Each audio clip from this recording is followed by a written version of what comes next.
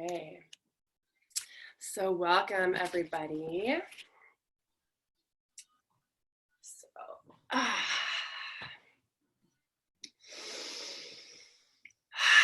Go ahead and, if you have some of aromatherapy on you, go ahead and grab that to get your senses involved. That really, especially in the technological world that we're living in, really gets us into our bodies, right? It gets us embodied. It gets us online. I'm going to use some of the I Am Inspired because I've got it right here. And place a few drops on your palms. You guys know what to do by now, you Vasu yogis.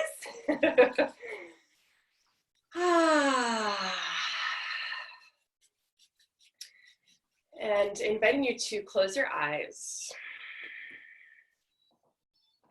Just generating a little bit of heat in between the palms, just to activate your energy body, your subtle body, get you out of your head after a work week. And take some deep breaths in your own time.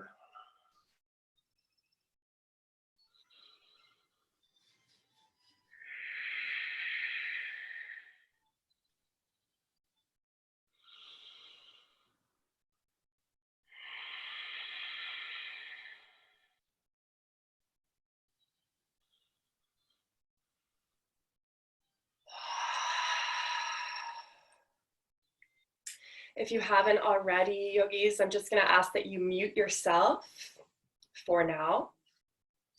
And then we'll all meet with our hands at heart center in prayer, contacting our left and our right hands together.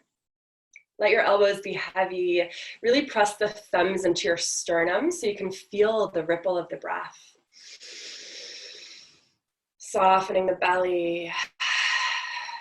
Allowing the diaphragm to draw down as you breathe in, belly expands. And allowing the diaphragm to lift up as you breathe out, belly contracts. And maybe taking this opportunity to swallow or lick the lips, clear the throat. And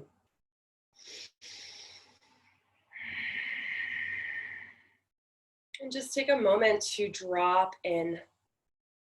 Imagine a golden thread from the sky, dropping down through the baby soft spot of your head, the crown of your head, dropping down into your spine, passing through your throat, your chest. The golden thread passes down through your belly, your pelvic floor, out through your perineum where you're plugged in. And the golden thread goes right into the center of the earth. Know that you are the mediator between heaven and earth.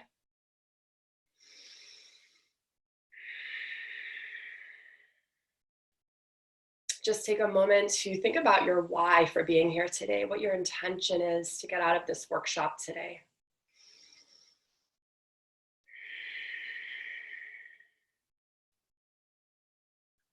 And know that perhaps the insights will come later, right? Days, weeks, months later.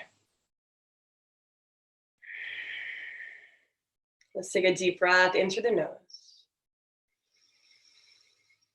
Out through the mouth. Inhale through the nose. Exhale through the mouth. Take another deep breath in, holding it at the top. Hold the breath at the top. Sip in 3 more times through the mouth. And hold the breath. Pull in the pelvic floor. Squeeze the lower belly, middle belly, upper belly. Squeeze the jaw. Squeeze the throat. Imagine all that prana shooting all the way up to your head, out through the top of your head. Hold.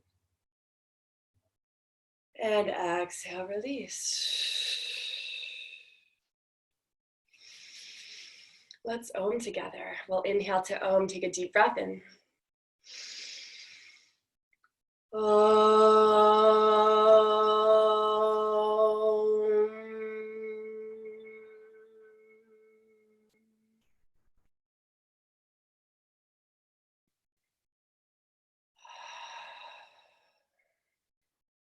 Beautiful. Go ahead and open the eyes and just land the hands wherever they want to be. It's so lovely to see you guys. So this workshop is called Lessons on the Mat, Teachings of the Yoga Practice. And actually this whole topic of lessons on the mat came to me when we first opened the yoga studio, about like 6 months after we opened the yoga studio. And I actually wrote like a series of blog posts about it. And what's interesting now is, as I was preparing for this workshop this week, I was sort of reviewing like what my old lessons were, and some of them don't really resonate with me anymore, not because they're not learned lessons, but because I have new ones. And that in and of itself is a lesson, right? To just constantly be aware of how our lessons are growing and changing. So I'll share with you today some of my insight, and it's changing by the day as I study different lineages of yoga, as I learn to practice from home. It's always rapidly changing and evolving. And really my intention is sort of to just ponder the question, why do we practice? You know, I'll often say in class, it's not how we practice, right? It's not how we do a headstand or how deep our back bend is, but it's why. Right? It's not a performance, it's an informance, right? So yeah, so I really enjoyed spending some time this week sort of reflecting on my lessons, and a lot of the lessons that I'll share with you today are inspired by the Katona yoga lineage, which is a new articulation of yoga that I'm studying. I'm actually in the process of becoming certified in that. It's a long and beautiful journey. And I'm really looking forward to hearing some of your insights as well. And I also just want to share that this is just the beginning of the conversation, right? So after this workshop, as the weeks and the months go by, if there's anything you'd like to share, definitely use the community portal and let's keep the conversation going. Sound good? Awesome. So I'm inviting you to close your eyes. I wanted to share a reading with you to begin. So this is from a book called Radical Acts of Embodiment by Dejas Kitas, and she's actually one of my mentors in Katona Yoga. Really beautiful book. I'll drop the link for it later in the chat box. So this is called, What Are We Doing When We Are Doing Yoga? Let's take a deep breath.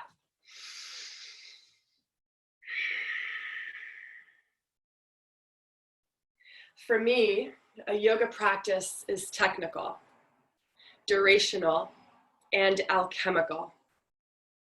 The myriad experiences and distractions of daily life can leave me feeling scattered and disorganized. I turn towards structural habits to protect and potentiate myself. Many seek ways to define or even describe yoga.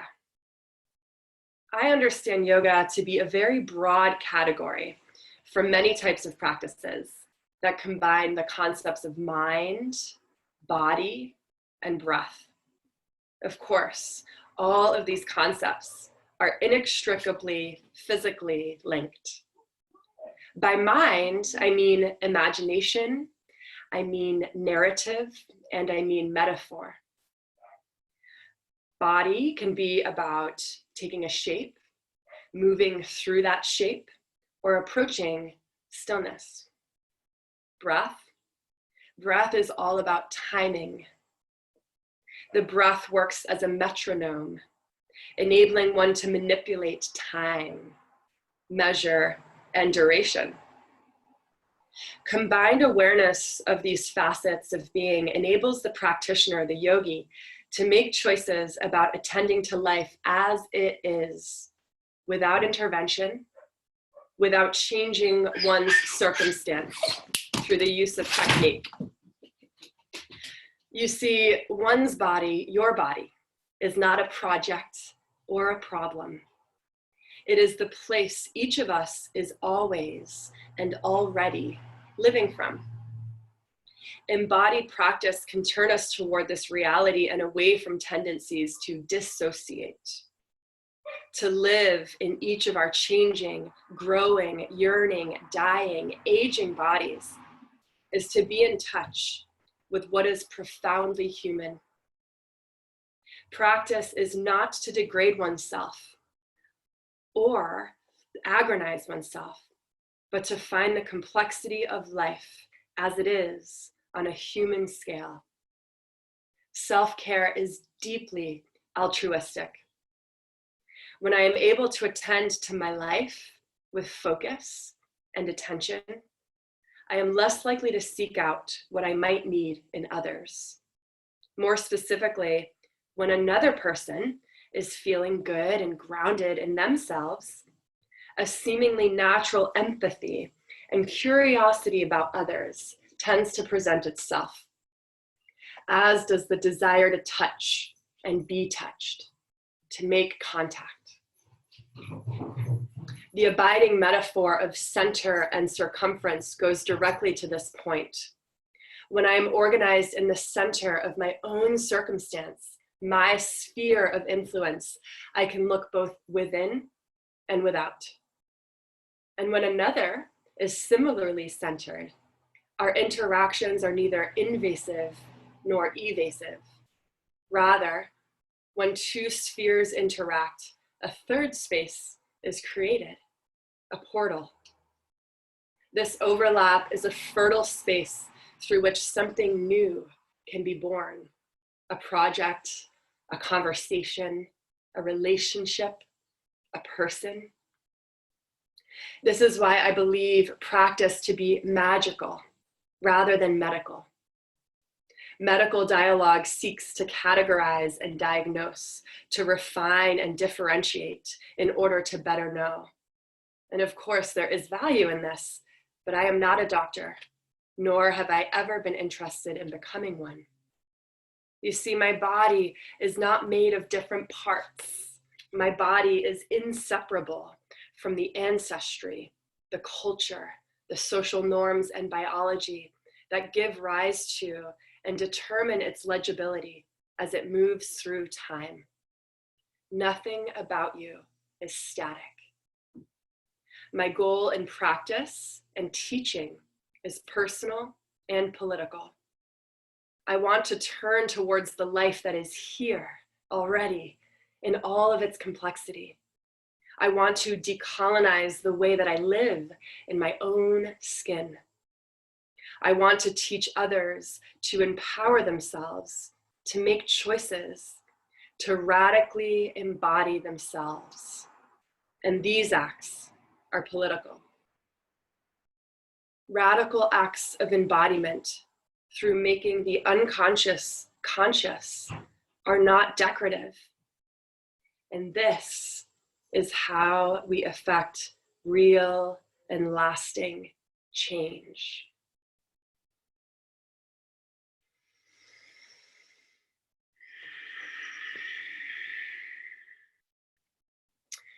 So keeping your eyes closed, just take a moment to take that in, reflecting on what resonated with you, what words, what messages.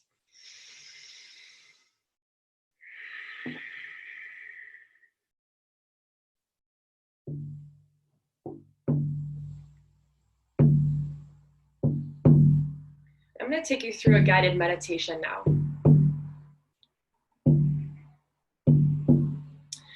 I want you to think about your very first yoga practice. Where were you?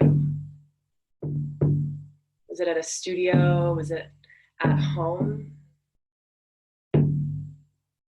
Were you outside? Were you inside? What was the name of this place? When was it? How old were you? How did you feel taking your first yoga class? What were you wearing? What was your body telling you that day?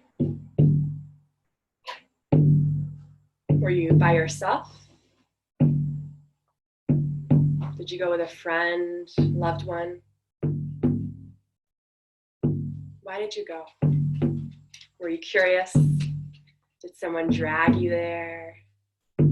Was it a long time coming? Was it a surprise?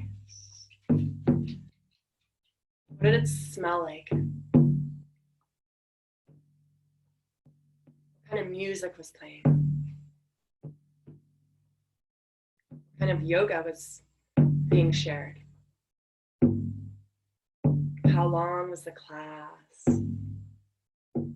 How did your body feel? What was your mind saying?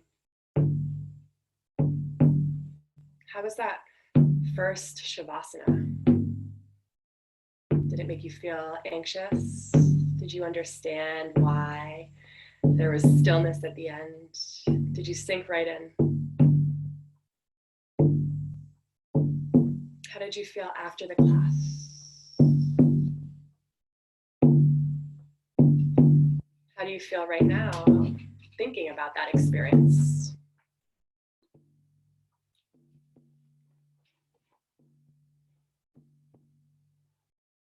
How did you feel about the practice of yoga after that experience? Take all the sensations of that first experience and breathe them into your body now.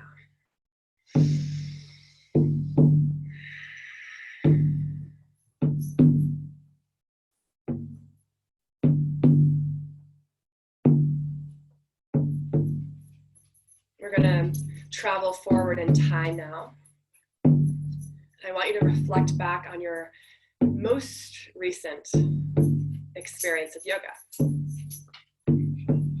Maybe it was today, yesterday, a few weeks ago. What did you wear? How did you feel in your body? Who was the teacher? What was the setting? Why did you show up? What was your mind experiencing in that practice?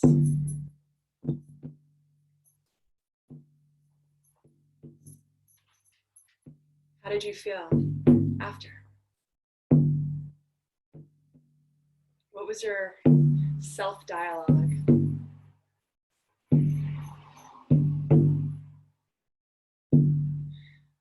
Tune into the sensations, the senses, the tastes of that practice.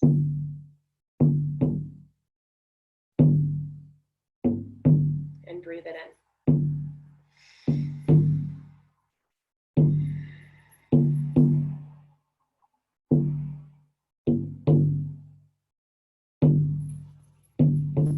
And think about now the bridge between that first experience and the last one. Maybe it's a very long and winding bridge. Lots of stairs. Maybe it's a short bridge. And I'd love for you to just take a moment and reflect on the change that has occurred within you from that first experience to the last.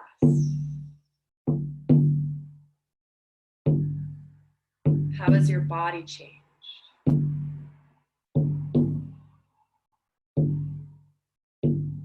How has your mind changed?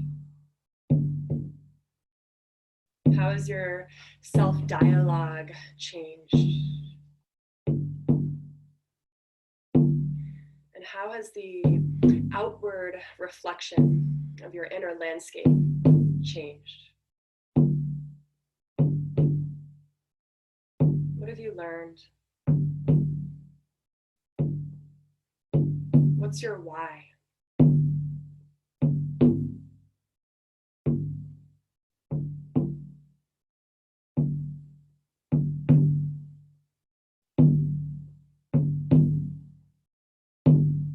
Take a few deep breaths, honoring that journey, that sacred journey,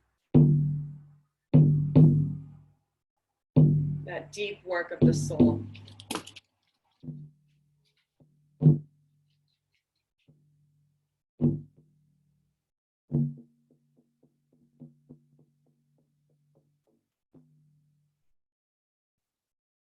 Take a deep breath in. And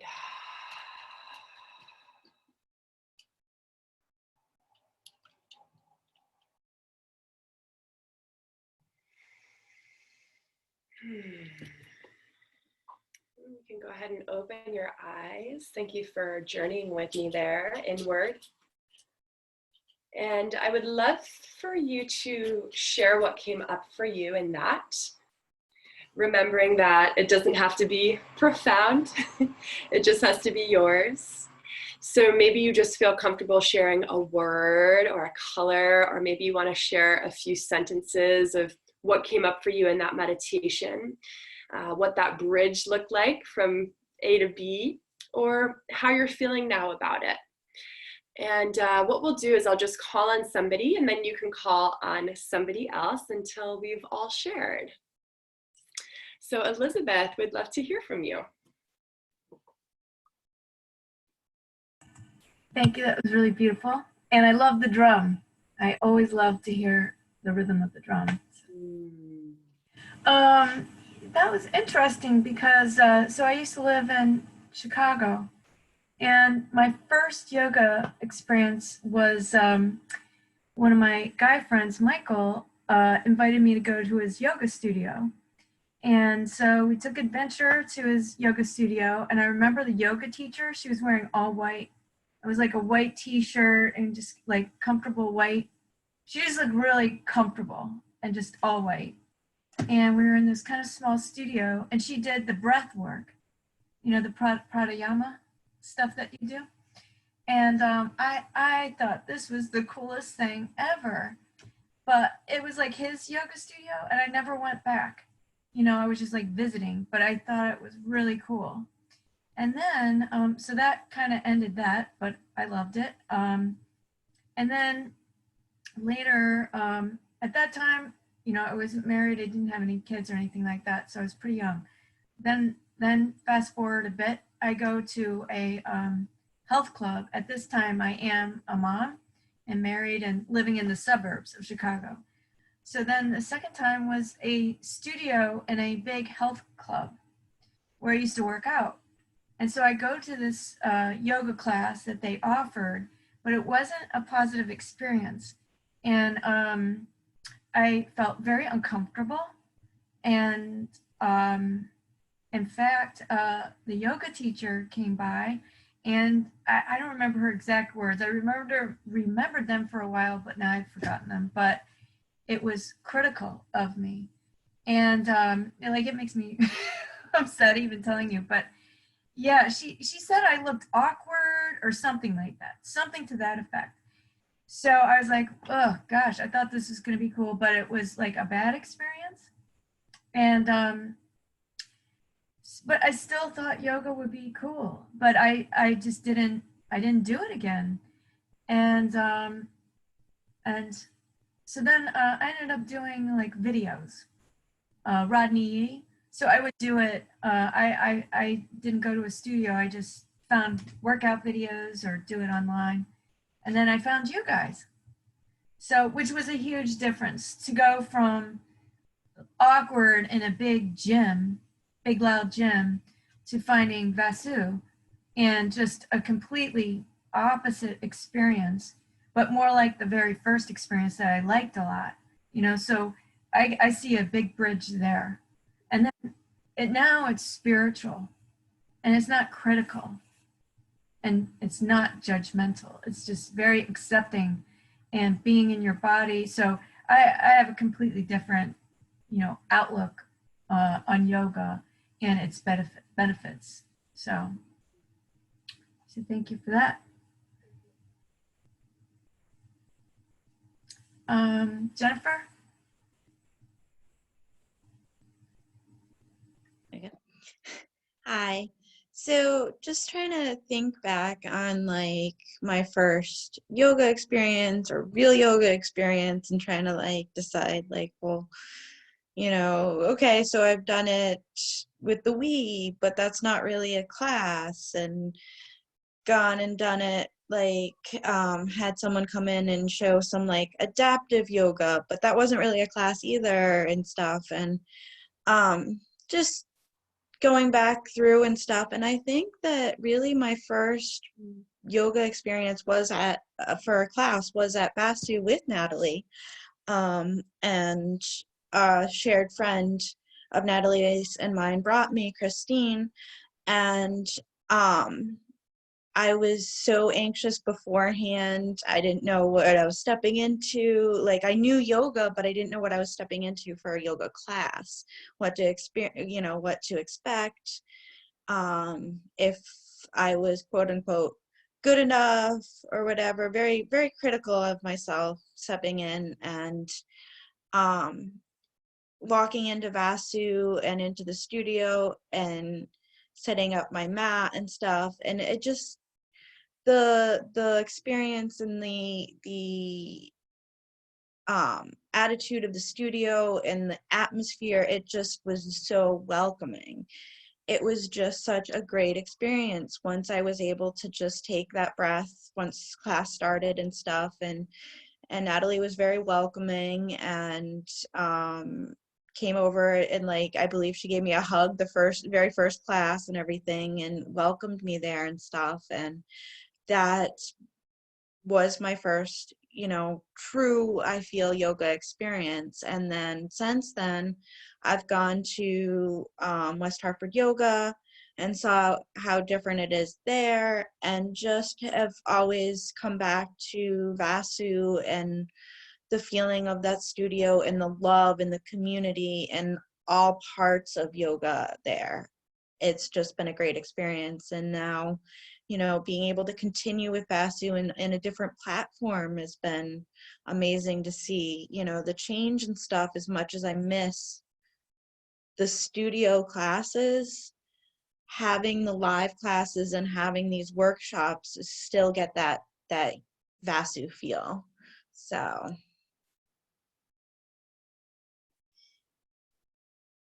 Leah?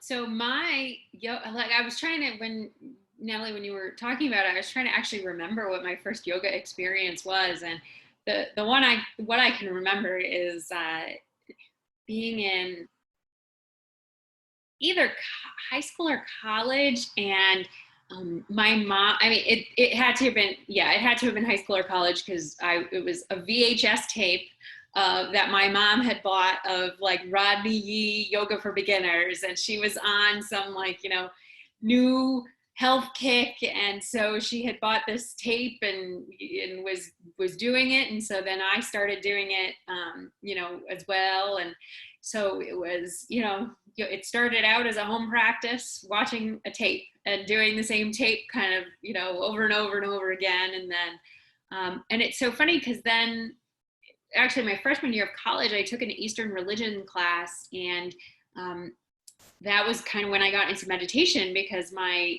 professor was a Buddhist, and she would have she would lead she had a meditation group that, you know, once a week, it was just open and you could go, and she would do these ridiculously long it felt ridiculously long meditations. And I remember, and then, you know, when I came back home, it was, you know, still kind of doing yoga. And then there was a studio near my parents' house that I had gone to. And then it wasn't really until I, probably my senior year of college, when I became friends actually with a very good friend of mine, who, you know, to this day, and she had been going to this yoga studio in New Haven. And so we would go, and it would be like, oh, well, it's something to do. Like, let's go to yoga, and then we'll go to breakfast after, or brunch or whatever, you know? And so that was when I really started getting into it. And then tried a bunch of different kinds. And so breathing room, where she was going, they do a variety of their different teachers teach different styles. And then I remember when I was living in Groton, I started going to, I forget the name of it. It's a place in Mystic that does Baptiste yoga. and so I mean, I did like the 40-day challenge and, you know, his 40-day journey into power, I think is what it's called. And so, you know, I did that group. And then, so I was doing, you know, his sequences at home. And then when I moved to Hartford, after my divorce, so it would have been in 2016, that was when I really started doing yoga on a very regular basis. And it was at a different Hartford yoga studio. And they were much more into the physical aspect of things. You know, one of their teachers is more into the spiritual side of it, but, you know, they're really into, you know, it was, you know, Bikram and power yoga and all of that. And so, you know, I got really into it then, and would then continue going to breathing room for more of the more spiritual yoga side, and then found Vasu. And, you know, unfortunately, when the studio was open, I wasn't really able to make it to classes on a regular basis just because my work schedule. But, you know, always enjoyed going to workshops and the moon circles and all of that. And now it's funny because it feels like it's come full circle, where now it's like back to yoga at home. So yeah, it's been, you know, quite the journey of finding what I like and what works for me, from, you know, for different styles of yoga and different, you know, Bikram makes me feel like I'm going to pass out, and, you know, so that's not great. And, but, you know, and having now found a really great balance of, you know, the more, you know, obviously you guys have the physical practice, and, you know, some of the classes, you know, Jane's classes are usually pretty challenging. And actually Jane's class was the last one I took this week. And, you know, and then these workshops and, you know, all of that, and balancing that with the spiritual side of things. And, you know, I've certainly started reading a lot more about that side of it. And, so yeah, it's come, like I said, came all full circle, starting with VHS tapes of Rodney Yee, and now online, you know, live yoga classes. So yeah, the home practice is the same. The technology is just very different.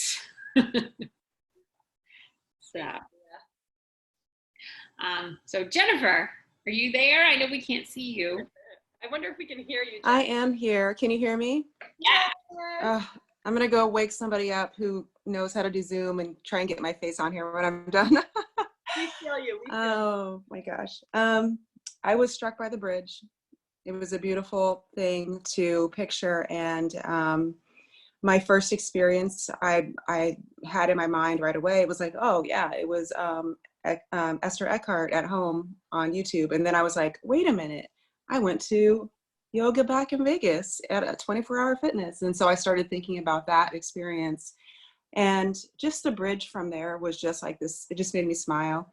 It just made me smile about just the different things I gained from each teacher, whether it was that, I think I was too distracted by this yoga superstar at the 24-hour fitness. I kept watching how good she was at everything. That's the only thing I remember, is like just staring at this woman like, oh my gosh, she is so on point. I can't believe it.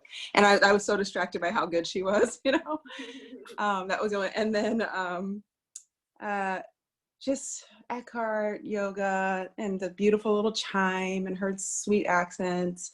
And then moving on to I love in Austin, Texas, Adrienne and her dog, and then to my West in West Hartford, my first in person. I was the only person that showed up, and I got Laura to myself, and she's very much a Ashtanga yoga, and she was making sure that I had my shoulder blades in the right places and pulling my hip back, and I was sweating, and you know, and then there were some ones that didn't turn out so positive. Like there was a very deep connection in yoga with somebody that didn't turn out to be a healthy situation. And I honored that. I honored what I got from that. And I was thankful that I was able to get myself out of it. And then, of course, finding that Vasu and the beauty of just the whole experience. And then at home, and oh yeah, I do teach yoga. I forget that too. It made me get my own, be certified as well. And now I get to teach and lead people in the practice as well. But I always love going home to being the student and just finding that perfect video that I need, getting that oil, getting that candles, you know, making the house smell like, my house smell like weed, as my husband says. I'm like, it's sage, stop it, it's sage. And just, it's different but beautiful. And that little journey just made me smile and made me so thankful for each person's contribution to where it is now. And that's it. Thank you, Jen. Thank you. Thank you all for sharing. I think it's really wonderful and important to do that, you know, every now and then, you know, to just really reflect back on how far we've come, you know, because all of you here have been practicing for a while, but perhaps we could have had somebody who's only been practicing for a few months and they've still come far, you know.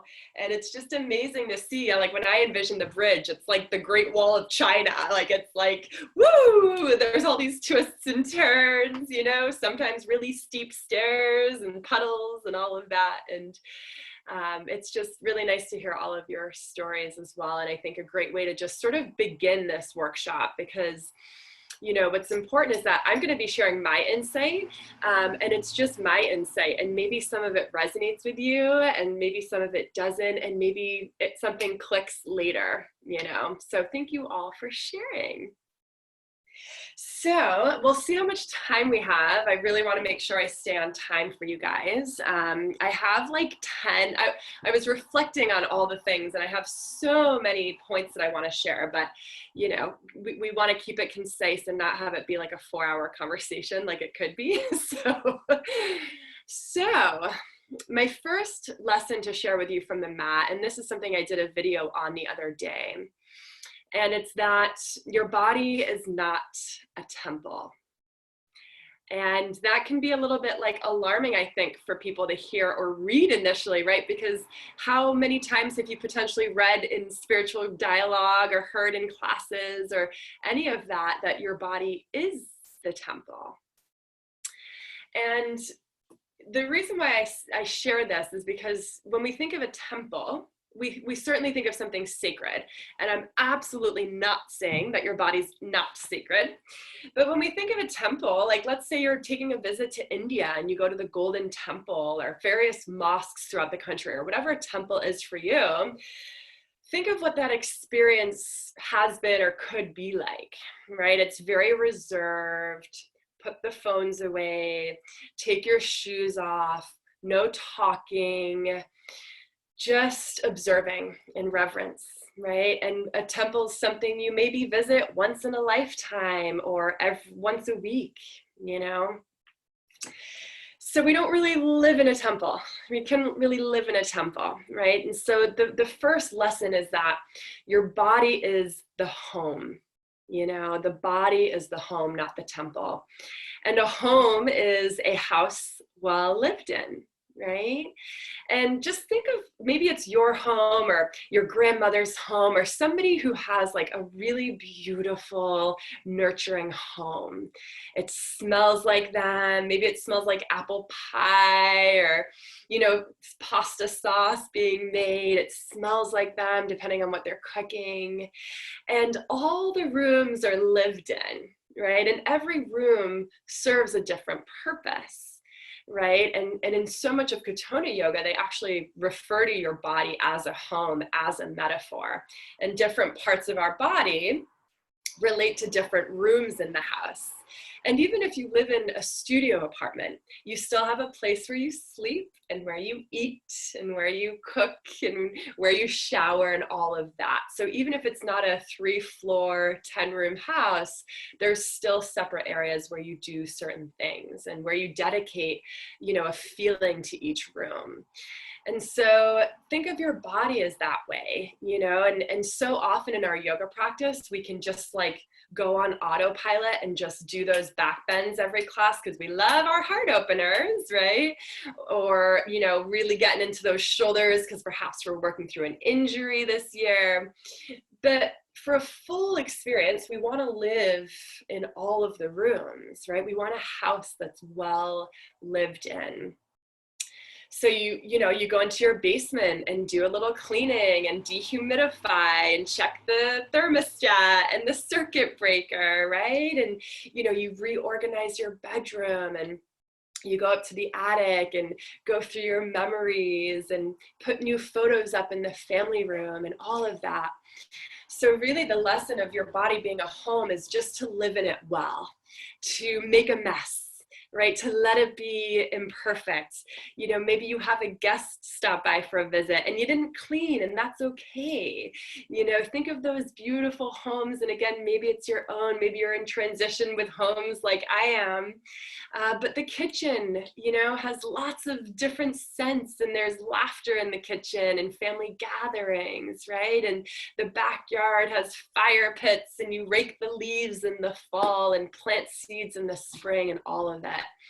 So really just living well in your body and living well in the place that you practice, right? Like I think of the fancy china collection that you only bring out like once in a while. That's another good analogy. You know, it's bring out the china collection on a Tuesday evening, right? We could spend all this time decorating our yoga space, but are we actually living in it? Are we showing up on the days that we don't want to? Maybe that's 5 minutes, maybe it's an hour and a half. So yeah, to me, when I think of living in your body as a home, that for me is the definition of being embodied, right? We don't ignore the things that we don't want to see, right? We open the windows and we let the sun shine, and we open the windows for a cross breeze, and we do our spring cleaning, and sometimes we scrub the tiles a couple times a year, right? So really just getting into all the nooks and crannies of your house and making it a home, making it well lived in, and venturing all the floors of your house. So if you tend to just stick with the first floor, the basement, venture into the second floor, your bedroom, your living room. Venture into the third floor, your attic, the observatory, the roof, right? We want to check out the roof every now and then. So that's the first sort of lesson that I wanted to share with you guys, that your body is not a temple, and allow your body to be a home. So the next lesson I wanted to share, and again, I want you to sort of like chew on these lessons because I'm relating them to the yoga practice, and that's the zoomed in concept. But of course, any of these insights we hold on to for a little bit. Maybe we write them down in our journal and just think, what does that mean for me, right? What does that mean for all of you? And just sit with it, you know, let the insight sort of, you know, bubble under the surface and see what comes up for you on your yoga mat. So another lesson here is boundaries create freedom. So this is a big lesson off the mat, but let's talk about it on the mat. And I think I'm going to actually do like a whole workshop on this about prop use and how props really give us freedom in a yoga pose. So think of various props that we use, right? We use blocks, we use straps, we use, in Katona a lot, we use sandbags, right? We've got blankets, we've got bolsters. And so often, especially if someone's new to yoga, they may be viewing blocks as like a crutch or a weakness. But what props actually do in our pose is they grant us freedom. So in the Katona yoga theory, straps relate to ligaments and cartilage, right? So think about your joints. You have boundaries within your joints, right? You have the cartilage keeping your hip joint in place and the ligaments, and that boundary creates freedom. Otherwise, your hip socket would be falling out all the time and you wouldn't feel safe. Right? So straps very much relate to cartilage and ligaments, and we strap ourselves in, right? So a common use that I've been using lately for a strap is I'll be in butterfly pose and I'll place the strap at the bottom of my feet. Just gonna put this down a little bit. And around my back. So this has been my new favorite one lately. Around the back and at the bottom of my feet. So this just like, I can like lean into this, right? And butterfly is a tricky one because we're working with the hips, where the hips are quivering and you're kind of like flirting with your edge in that pose, especially if it's in a yin kind of class where we're holding it for like 5 or 6 minutes. So what this boundary does is it makes me feel safe. And it allows me to lean into the support, right? And I'll oftentimes say in yoga that our props are no different than our friends, right? Lean into them and use them when you need a little support, right? They're like your neighbors. So leaning into the supports and finding freedom in that space. Blocks are similar to, in your body, bones. Right? And again, if we didn't have bones in our body, we'd be a blob of flesh and we wouldn't be able to walk through this world and discover it and find freedom in it, right? And, you know, what blocks do is, again, they create freedom. So again, going back to butterfly pose, because this is a common one that we can feel a little edgy in, is we can be in butterfly pose and place a block to the right and to the left, right? And now I can lean into that block and exhale into that block and find freedom in my lower belly and freedom in my lower back, and of course freedom in my breath, in my jaw, and most certainly in my hips as well. So we can use props to literally lean into. But we can also use the boundary of a block to lift up off of, right? And find more freedom that way. So one kind of discovery I've been making lately in Katona yoga is they'll often use a prop in a lunge. So they'll take a block and bring it like at a diagonal, and you can lean against it now. So maybe my tendency is to be really like soggy in my lower belly or my lower hips, right? And I lean too far into it. And now my knee has gone way over the ankle and I'm overachieving in this pose. And that's my natural tendency, right? But a block is non-biased. It's a shape that doesn't lie. And now it kind of lifts me off of my natural tendency. And now that I can lean into this block, I find more freedom in the upper body. Maybe your natural tendency in a lunge is to find less of an angle here, right? Because you have knee pain. This block gives you freedom to fully be in the pose, right? Another way a block can be used to lift off of, and I did this in my potent practice on Monday, is we could create like what they refer to in Katona yoga as a freedom tower, right? So lately I've been incorporating this pose into my practice where we'll cross the legs and come up onto our knees. This is a really deep stretch, and I may not be able to make the journey from here to here. So this is where we use a prop, a freedom tower as they call it, to literally lift up off of. I can use the support of this block now to press my hips forward and lift my heart, to give me the confidence to be in this pose for a sustainable amount of time. And then eventually maybe I can lift up off of it. So boundaries create freedom. And, you know, how does this work off of the mat? You know, some personal examples for me are a calendar. I've been calling it the Queen's calendar. So I plan ahead of time what my work week's gonna look like. You know, let's say Monday, Wednesday, Friday, 8 to 12, take a break for an hour, go back to it for a few more hours. And that structure, that boundary gives me freedom to do whatever I wanna do in the in-between time. Right? Giving myself limits on when I check my inbox. So if I'm off and it's a Saturday or a Sunday, I don't check my inbox. But I do when it's a work day, and I'm concise with that effort. So that boundary gives me freedom.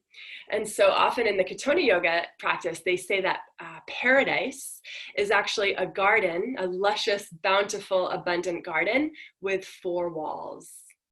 right? Because otherwise, where does it begin and where does it end? Where does paradise start and where does it stop? And if it's contained, we can appreciate it that much more, right? So boundaries create freedom. Another prop that we'll often use is a sandbag, which PS, I went to go order sandbags when I first started practicing Katona yoga, and they're very expensive because they're very heavy. You know, this sandbag was like 20 bucks, but the shipping was like 40. I was like, there must be another way. So if you're curious about adding sandbags into your practice, I ordered this off Etsy and went to the beach and filled it with sand for way less money. So anyway, in the Katona yoga theory, a sandbag relates to your muscles, right? We can even see it's very heavy, it's very dense, right? But again, going back to our beloved butterfly pose, I'll be in butterfly and place the sandbag on my lower belly. Because again, we want to bring the energy down, we want to ground down, and from that grounded place, we can be free. Right? That sensation of weight sort of takes you out of your head and into your body. Another way I like to use the sandbag is in plow pose. When my legs are behind my head, I'll take my sandbag and actually put it on my heels. And that weight opens up my lower back. It frees my kidneys. It frees the back of my lungs. So constricted and defined in some parts, but free in others. Okay, so boundaries create freedom.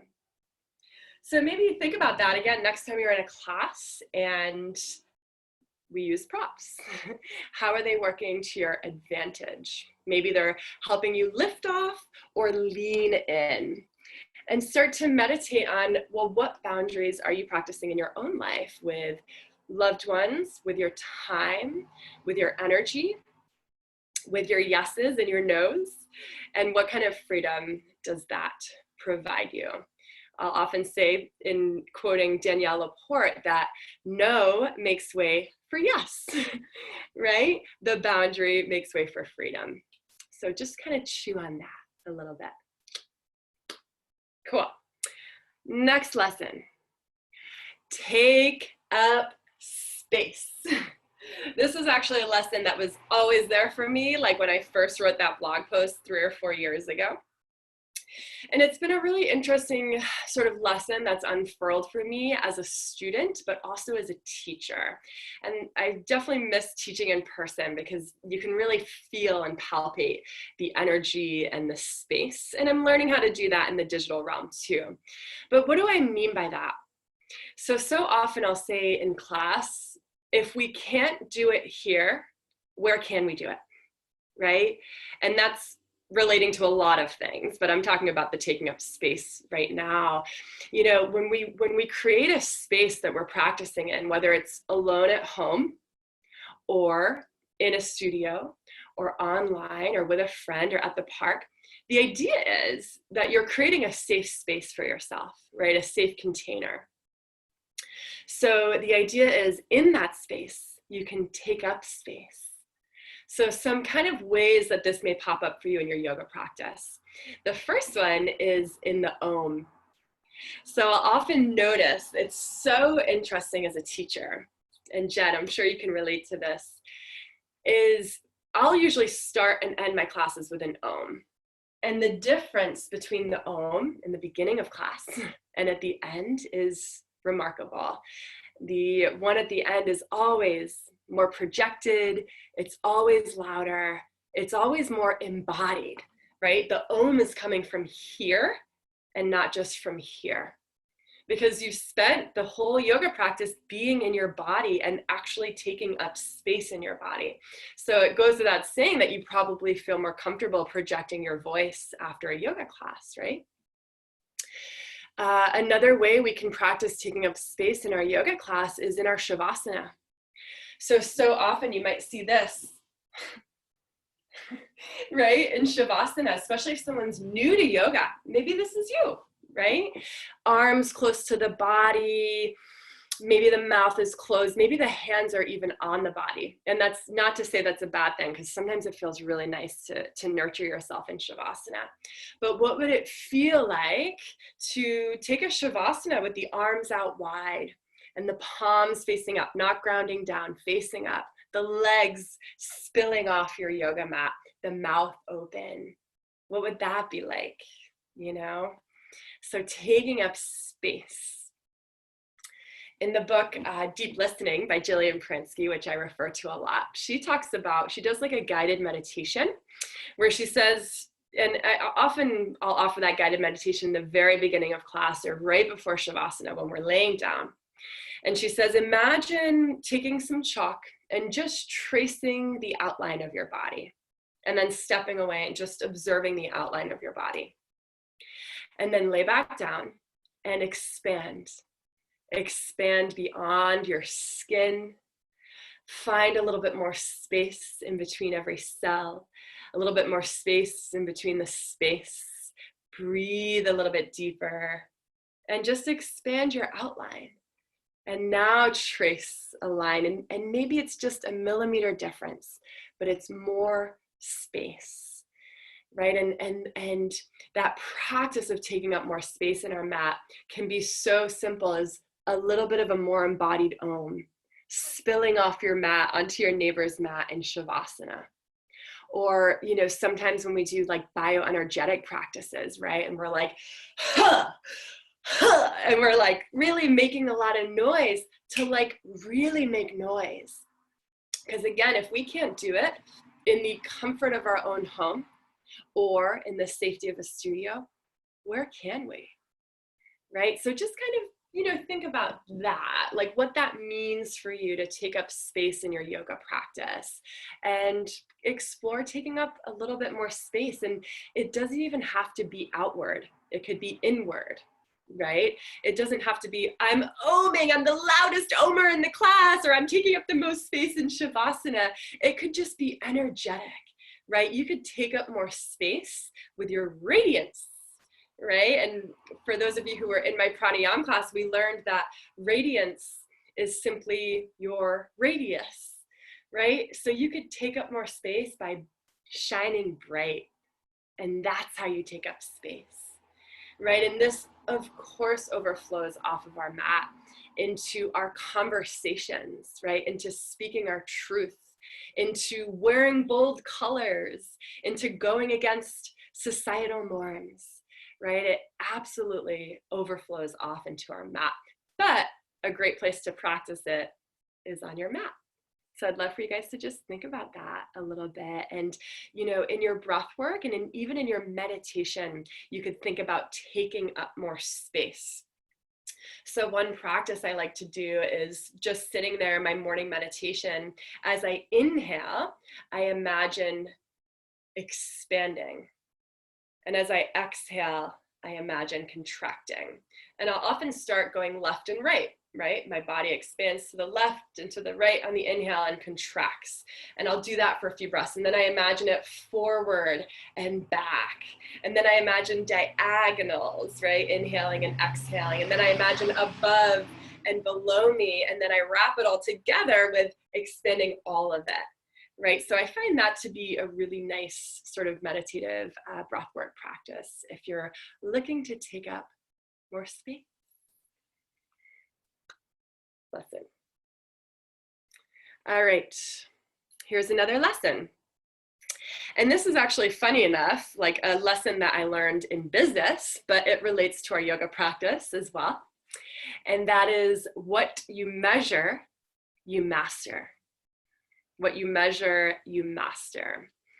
So for business, that came up for me when I was starting to learn how to like balance books and do a budget and review our sales goals and look at our goals for next year. And we call it our pro forma, Holly and I. And every month we go in and we see, how are we doing? What are our goals for next month? Because if things just rolled on by, how do we know where we've been or where we're going, right? You look at your bank statement, what's coming in, what's going out, what am I saving up for? What am I giving back to?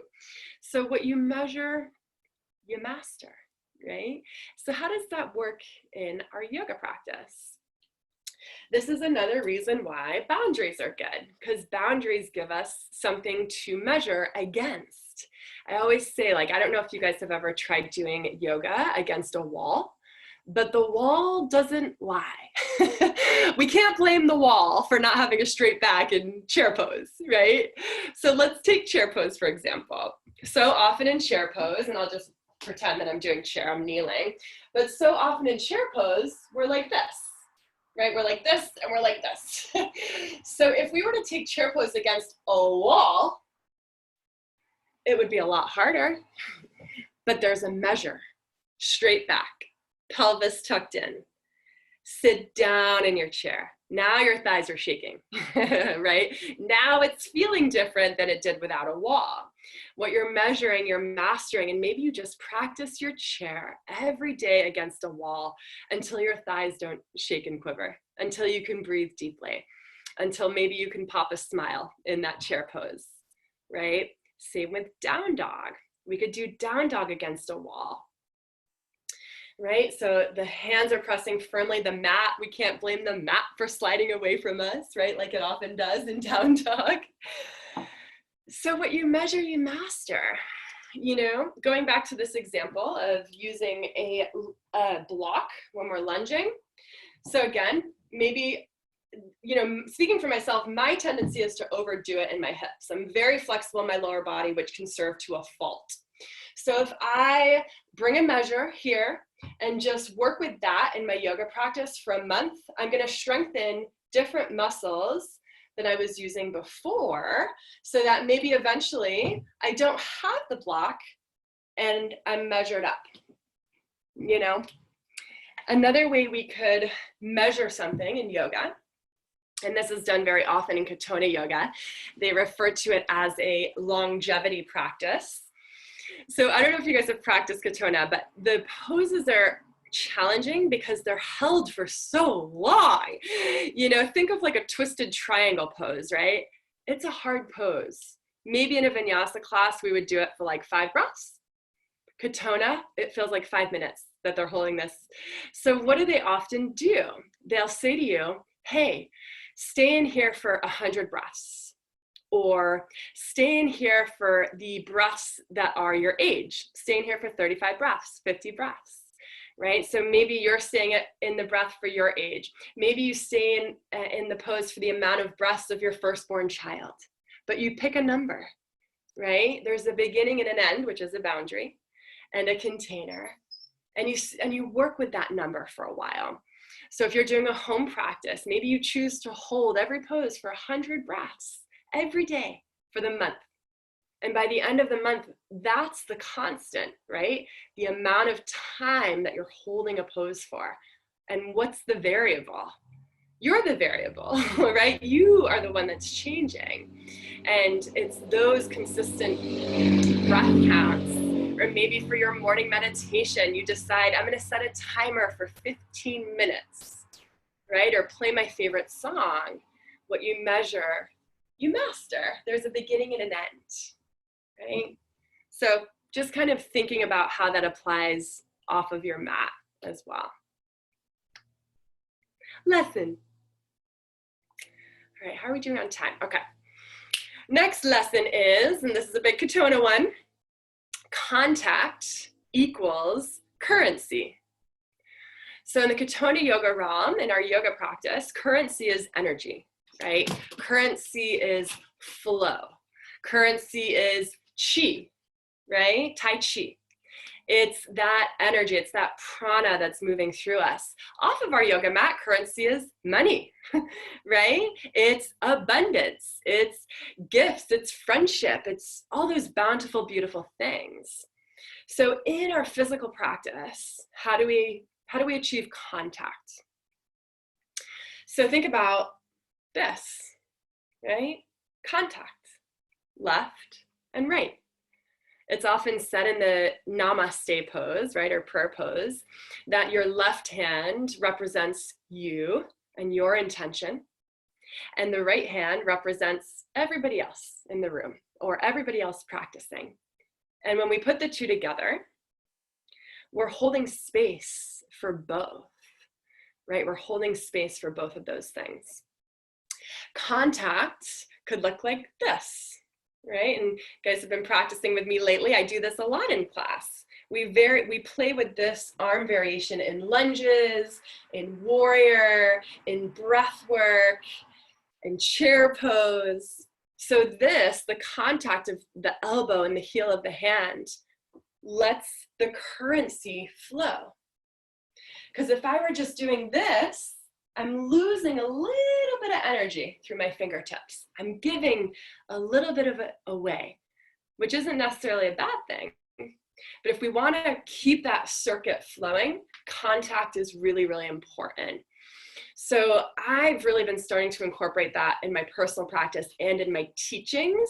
And I invite you guys to do the same, to just notice without judgment, pick one of your favorite poses and maintain contact in some way.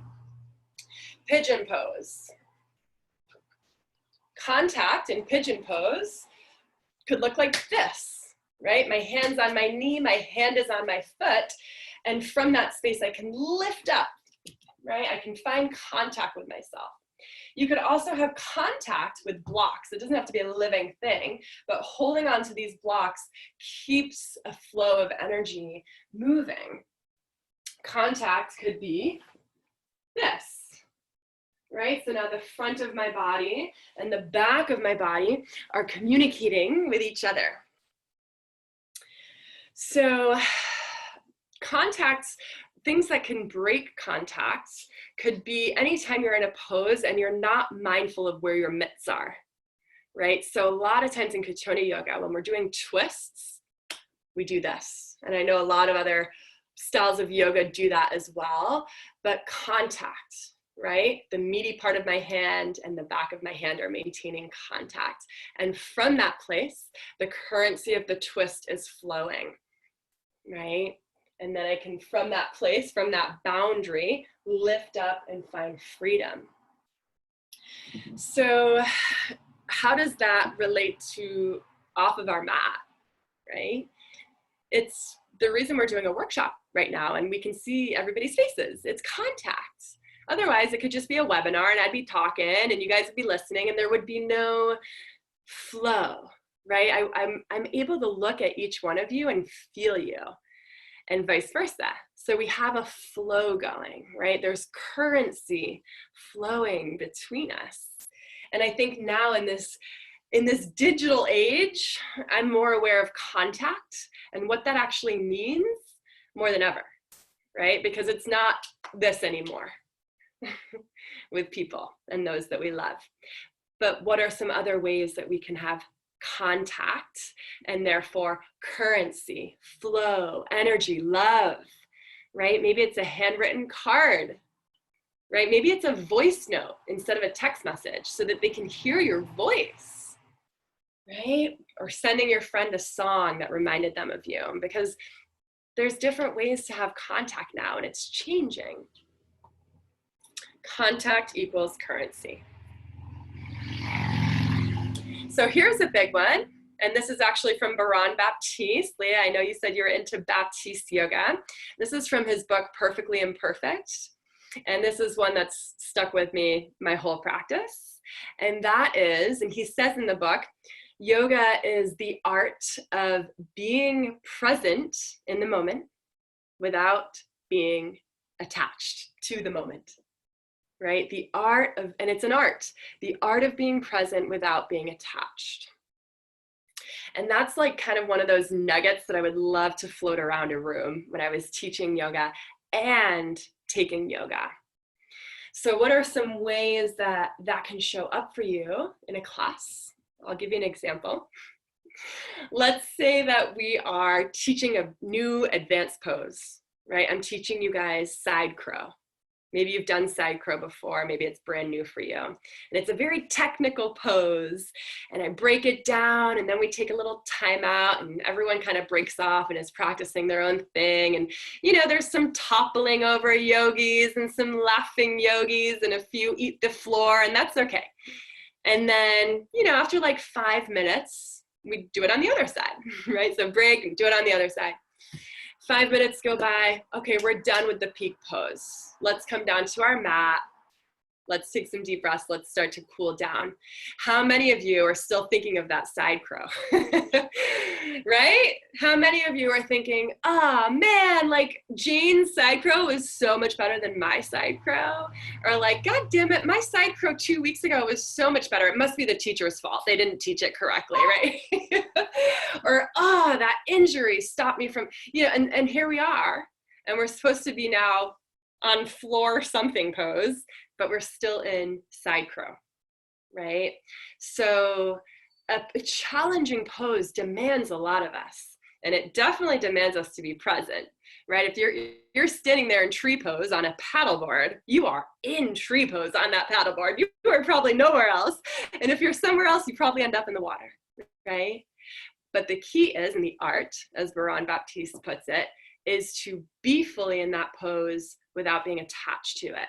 So actually, the yoga happens when we come out of that side crow and smoothly transition into the next pose.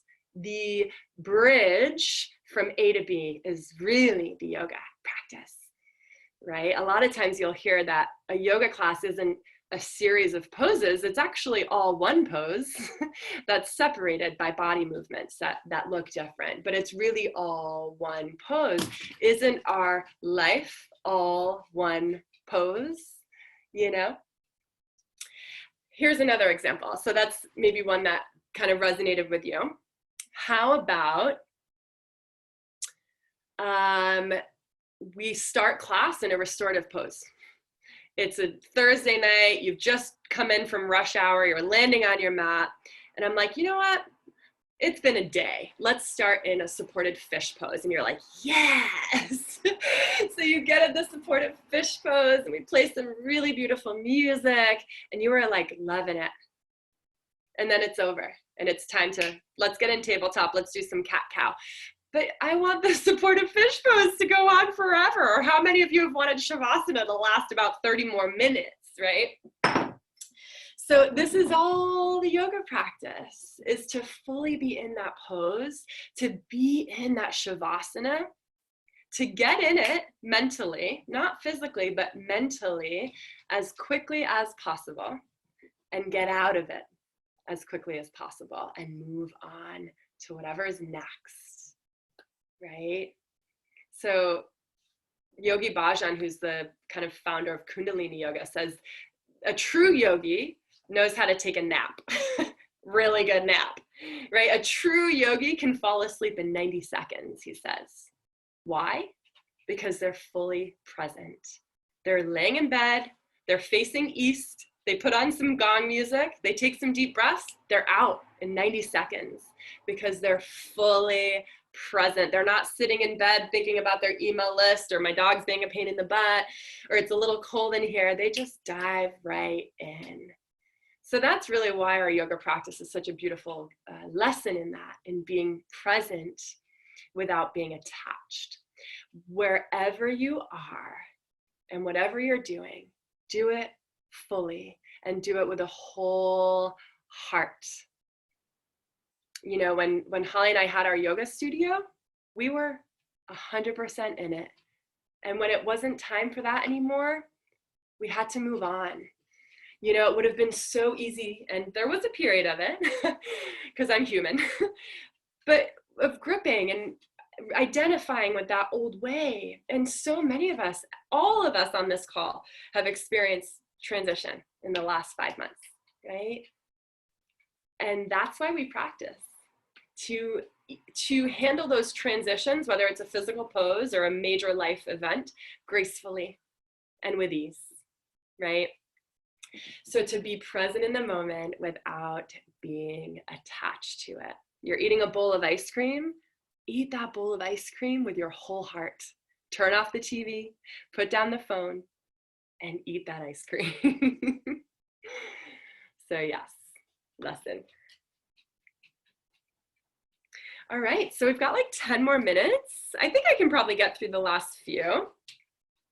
So another lesson that our yoga practice teaches us is that peace and joy, which are our true nature, right?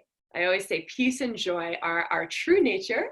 Everything else is just a story. But peace and joy are techniques. Joy is a technique. Peace is a technique that we can't take for granted, right? And our yoga practice is a chance to practice that, right? Being radiant is a technique. You know, being calm and graceful is a technique. And so this is why I'm a huge advocate of practicing every day. If not for the physical benefits, but for the emotional benefits, right? To find that calm, to practice getting to that place of calm as efficiently as possible. So again, let's go back to like the restorative yoga practice pose or Shavasana. It's a practice in peace. You know, that restorative yoga pose, that fetal position, it's a practice in peace. It doesn't just like feel really good and like it's a time to like escape from the world. It's a practice of peace. And again, I'm going to say it again, if we can't do it in our yoga practice, find that peace when we're covered up in the fur blanket and we've got the candles and we've got the oils and the set and setting. If we can't do it there, then where can we do it, right?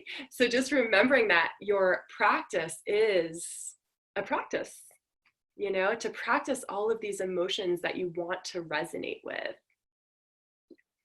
Another thing that just kind of came to my mind, going back to like the boundaries conversation, is your yoga mat is a boundary, right? And I don't know if you guys have heard of the term like dojo. I feel like it's one of those terms that's like trending right now. But a dojo is a place where you practice. Think of like in the martial arts practice, taekwondo, they have a dojo. They go to a certain place, they practice. A boxer has a ring where they practice. Your yoga mat is your dojo, right? It's a boundary. That grants you freedom, and sometimes you can spill off of that, and that's okay. But imagine if you went into a yoga studio and there were no yoga mats. I mean, that's how it was done back in the day, right? There were no yoga mats. But how would that make you feel if you just plopped yourself wherever and you kind of worked around everybody else? There's no container, right? There's no space that's just for you, right? So think of your yoga mat as your dojo, as your place to practice joy and peace and down dog. So just reminding you that these techniques, these emotions that we're reaching for, peace, joy, are a practice. And just like anything else, we have to commit to them and have a conversation with them regularly. Okay, we've got time for like 2 more, I think, because I also want to have a little time for sharing. And I say this often, and I think this is the one I think that's really come up for me the most lately and really has been a big inspiration for me. And it's simple and it's profound all at the same time. The way that you practice is the way that you live your life, right? Do you show up fully, perfectly imperfect? How do you speak to yourself on your mat when you're in that side crow? What's your self-dialogue? When you are feeling anxious in your Shavasana and you just can't quite get there, what's your self-dialogue?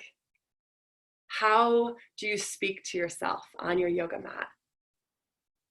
Because the way that you speak to yourself on your yoga mat is how you speak to everybody else. And the goal is to have integrity, to have the inner landscape and the inner dialogue reflect and be in integrity with the outer landscape and the outer dialogue. So it starts with that self-compassion, and then it goes out into the world with compassion. Because we could be the most compassionate person in the world. If we're not speaking to ourselves that way on the mat, how much integrity is there, right? And if there's a disconnect in integrity, that blocks currency, right? That blocks my contact between me and you when there's something out of alignment and something that's not well integrated, right? So how you practice is how you live. Do you show up consistently? Do you make it a priority? Right? How do you live? Can you just be on your mat for a few moments in the morning and be okay with whatever that produces? Right? Can you release the expectation? And so that sort of phrase of how you practice is how you live is different for everybody. And it's different throughout different seasons of your life, right? Some of us here have been Bikram yogis. That's how I started. And it's a very diligent practice, right? It's very militant. There's a lot of boundaries in that practice. And sometimes that's what we need, depending on where we're at in our life, right? Sometimes we need the heated yoga to like warm us up, right? So what kind of yoga you're practicing could be a big reflection of what you're offering and asking for out of this life. So how you practice is how you live. And this is why it's a lifelong journey, because your practice is going to change. Think of all of our bridges, right? They're very different bridges. And maybe some of us have met halfway and shared a bridge for a moment of time. But how you practice is how you live. And I guess that sort of leads me into my final point. And, you know, I'll say it every single time, is come back to your why. Remember your why. It's not how we practice, it's why. And just hearing all of your stories, it seems like your why has changed. Some of you have come full circle, right? Some of you have bounced around, good experiences, bad experiences. Let me make my own experience. And be flexible with that why, you know, and revisit it often. I feel we should revisit it daily. You know, sitting on the dojo of your yoga mat and a place where you meditate. This is where I journal. It's a space to reevaluate your why before you step out the door and into the world, or at the end of the day when you come back from the world. What's your why? Why do you show up? What are you offering to the practice? And what are you asking of the practice? What do you want to measure so that you can master? How do you set boundaries with your body, right? So inviting you to really think about that. And just, I always like to imagine my why on like an imaginary piece of paper that I place at the top of my mat every time I step on it. And that why changes, you know? So really using your practice as a mirror, just like any relationship, any dialogue, as a mirror for what's coming up for you and how you're showing up for that.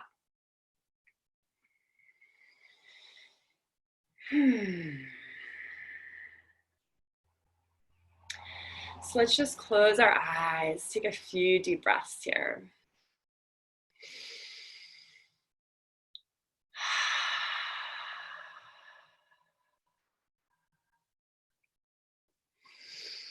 Coming back to the primordial beat of the drum, the beat of the womb, the beat of your heart, the pulse of the earth.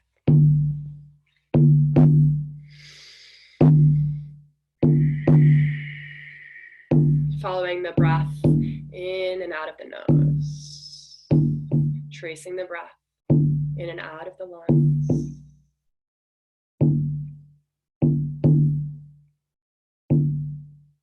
Expanding and contracting with your breath.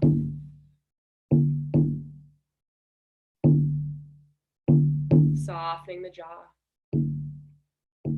softening the face. Opening the heart to any insights that are floating around.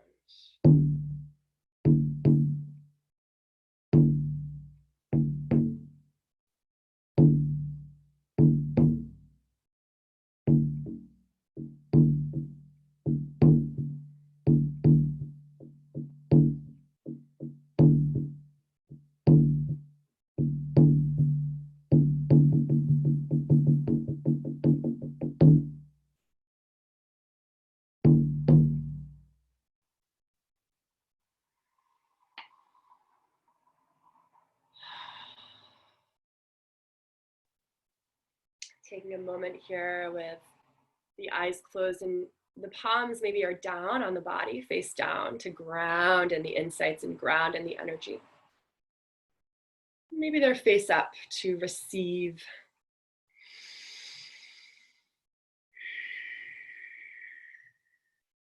And as you're sitting here with me together, breathing, I'm going to share with you another reading. This is from the same author.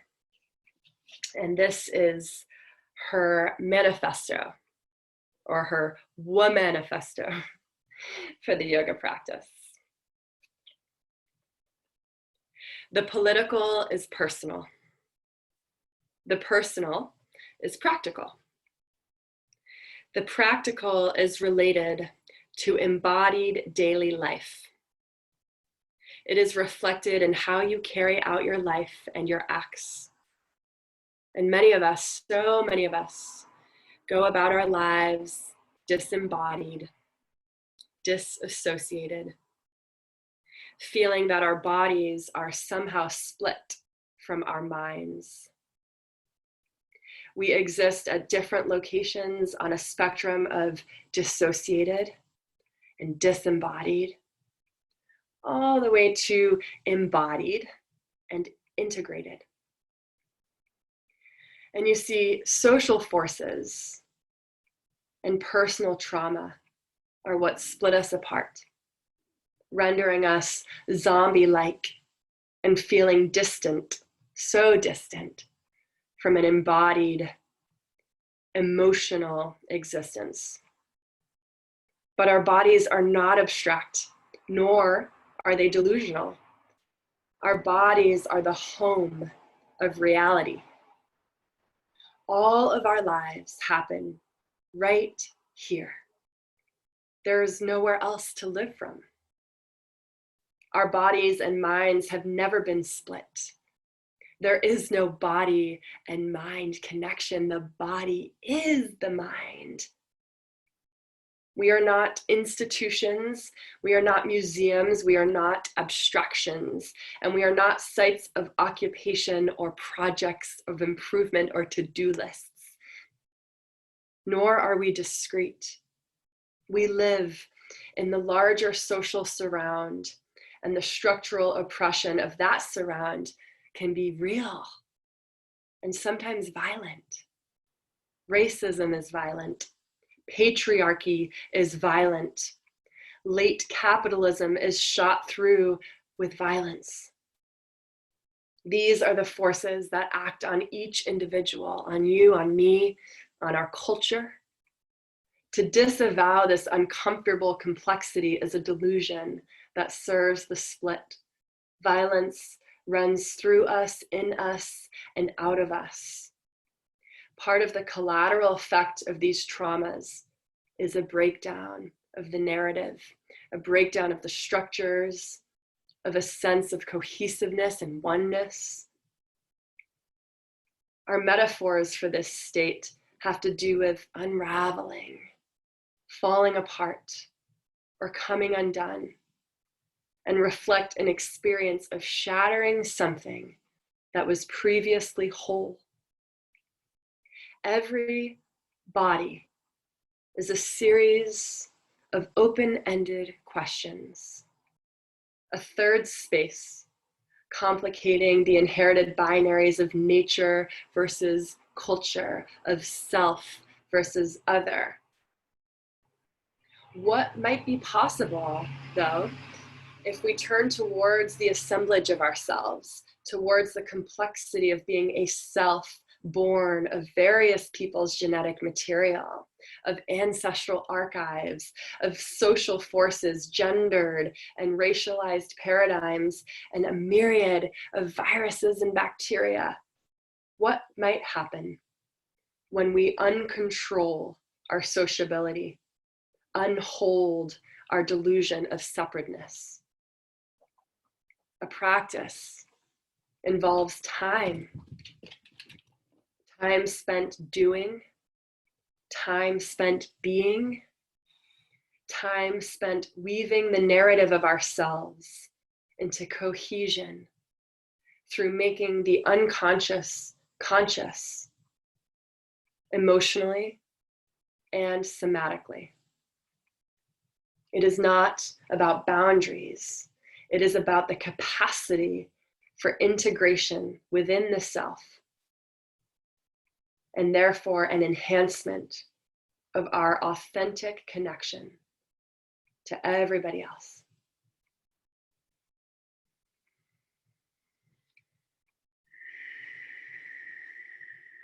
Remembering that the yogic practice, the practice of yoga, is union, about bringing together that which actually never was separate, about living in our body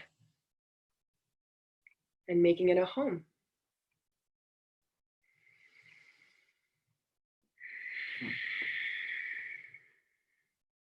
Let's bring our hands to the temple of our heart, making contact, left and right hand. And we'll take a deep breath in and out. Just bowing your heads to your hearts, the altar of your heart, coming back to your intention, your why.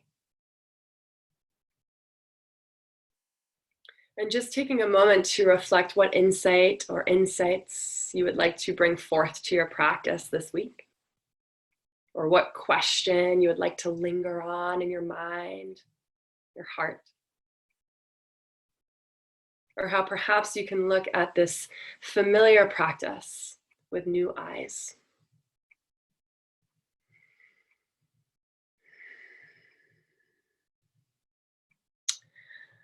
Yogis, let's take an Om together. Inhaling.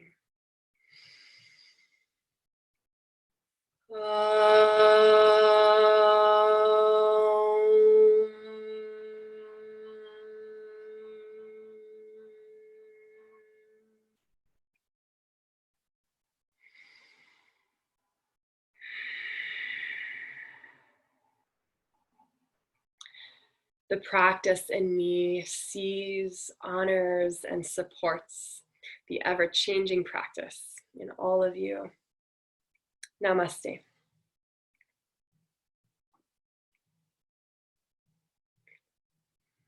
Namaste, everybody. Thank you so much for coming. Before I stop the recording, just for those who are watching the replay, I just wanted to copy and paste something in the chat box for you. So I have 2 book recommendations. You know I love my books. I know you guys do too. So the first book that I'm recommending is called, what it is it's a translation of the Yoga Sutras by Patanjali. And the Yoga Sutras are an ancient text that essentially, sutra means thread, right? So these are the lessons or the teachings, ancient teachings of the yoga practice that kind of weave it all together. And the reason why I love this book that I recommended to you is the woman who created this book is a woman. And as she was exploring and diving deep into the yoga practice, she wanted to learn more about the Yoga Sutras, but almost every translation was translated by a man. And she just kind of couldn't resonate fully with that. And they were all literal translations, like text. So what this woman did is she turned each sutra into a piece of artwork. So this book is a breakdown, it's a visual meditation. There's a little bit of text on each sutra, but it's such a beautiful book. And it's a really nice one because you can incorporate it in your own way. Maybe you learn by reading and you read her words. Maybe you look at the Sanskrit and you just kind of look at how that Sanskrit sutra looks. Or maybe you meditate on her interpretation of each sutra. What does it look like? What does it bring up for you? Kind of like you would interpret a tarot deck or an oracle card in your own way. So I really recommend that book, especially if you're into like more of the creative ways of interpreting learnings and lessons on the mat. And then, of course, the other book that I put in there is Radical Acts of Embodiment. So this is a breakdown of some of the philosophy of Katona yoga, as well as some really great like practices that you can do from home as well. So the links that I provided are Amazon links. I've been trying to avoid Amazon these days though. So I will say that I just did the Amazon link so that you know what book I'm talking about, but I highly encourage going to the author's direct site and purchasing it from them or an indie bookstore, just to support small businesses and the authors a little bit deeper. So I'm going to stop the recording.